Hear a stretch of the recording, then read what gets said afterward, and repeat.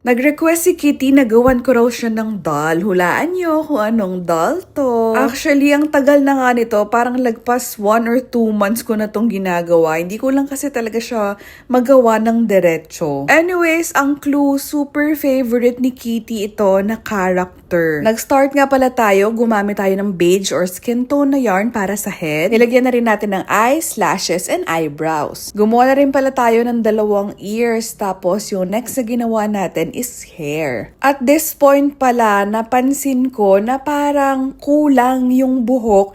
Ayan o, I think nagkamali ako sa head or baka yung tension ko masyadong loose. May fina-follow lang kasi ako na pattern. So ang ginawa ko, yung hair yung in-adjust ko, dinagdagan ko ng strands at saka yung haba. Alright, so ayan yung itsura niya sa likod. Ayan. Gumawa na rin pala tayo ng 3 chains kasi i-braid natin yan.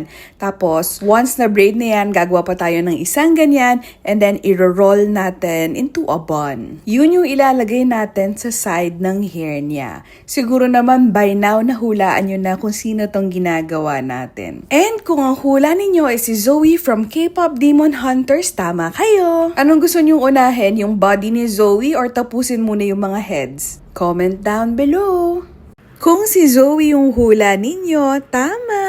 Bago pa tayo mag-proceed dun sa ibang mga hand tricks, tapusin na muna siguro natin yung body niya. Nag-start lang tayo sa yellow na yarn para sa shoes, dark blue para sa pants, and beige naman para sa tummy area. Gumamit naman tayo ng sky blue or light blue na yarn para dun sa top niya. Tapos nag-insert na lang din pala ako ng fiber fill para dun sa body, yung legs and arms hindi na natin lalagyan. Gumawa na rin pala tayo ng super haba na neck kasi yan yung i-insert natin dun sa nagawang head. After natin i-assemble yung mga parts, ito na yung itsura niya. Para ma-complete yung details nung damit niya, nagtahi na lang tayo nung parang zipper using black na yarn. Medyo pa-halter din kasi yung neckline nung tube top niya.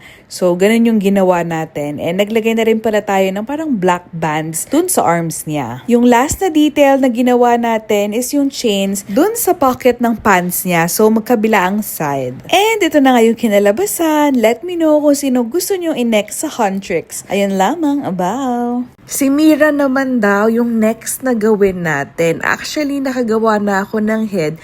Kaso, mali yung color nung eyebrows niya. So, ayan, pinalitan ko muna. Initially kasi, black yung nalagay ko. And nung dinouble check ko yung mga photos ni Mira, ka-color pala ng hair niya yung eyebrows, which is color pink. Actually, hindi siya super pink hindi siya fuchsia. Parang mas malapit sa dark magenta. Anyway, so nung napalitan ko na yung eyebrows, next na ginawa ko is yung hair. So, ayang circle yung base. Tapos, ito naman yung mismong strand. Since long hair siya, ayan yung itsura para tuloy mukhang octopus. Abaw! So, before ko siya ilagay dun sa mismong head, pinipin ko muna per strand para alam ko yung placement kung tama ba. Gumawa na rin pala ako ng 2 pirasong ears, so ilalagay natin sa magkabilaang side. Kaya mas prefer ko rin talaga na hindi mo na kino-close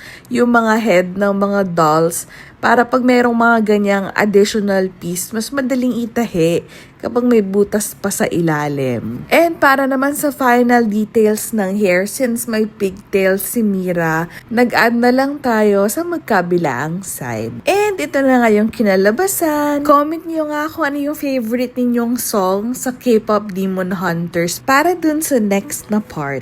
Yung body naman daw ni Mira yung tapusin natin. Start muna tayo sa 2 black na boots. Tapos, ginoin natin yung 2 legs. And nag-add na rin tayo ng shorts na yellow. After nun, beige ulit para kunwari crop top. Kita yung belly button. Tapos, black na shirt. And naglagay na rin tayo ng fiber fill. Gumawa na rin pala ako ng mahabang neck. And nag-insert ako nitong plastic na needle para hindi mag-bend-bend yung neck and ulo niya. So, yan. Kinonect na natin and nilagyan na rin natin ng arms. So far, ito na yung itsura niya. Actually, pwede na siya, pero parang mas okay kung meron siyang separate na skirt. Kaya using yellow na yarn, same doon sa ginamit natin sa shorts, gumawa na lang tayo ng separate na skirt para rin mas 3D tingnan. And then, ito naman, silver na yarn para dun sa chains sa skirt niya.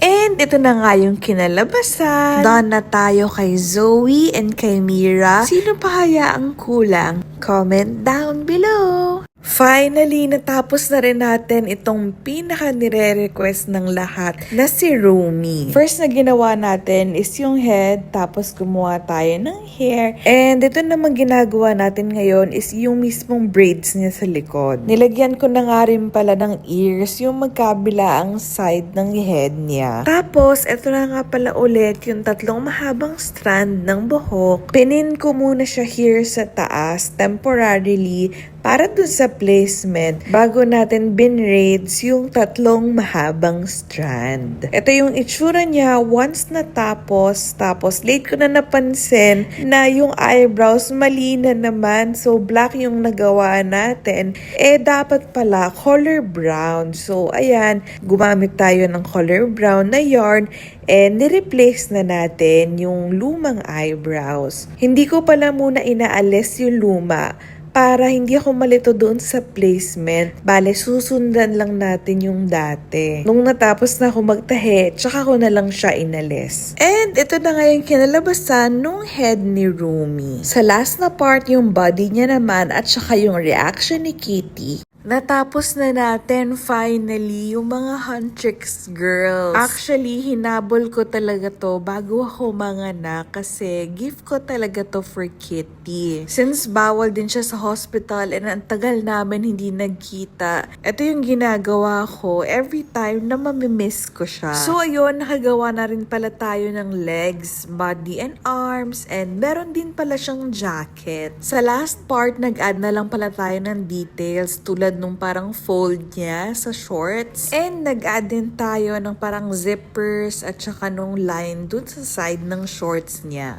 And ito na nga yung kinalabasan. Tara, pakita na natin kay Kitty. Miss mo si Mami? Ang galing mo yan. I miss you too.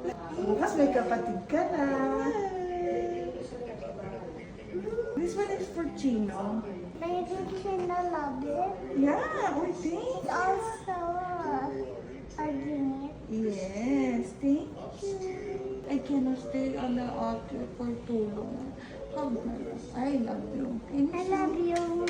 Tomorrow you share? Yes. You like it? Yeah. Quick lang. Not the background. Are you happy? Yeah. Okay, put your mask back. I love you.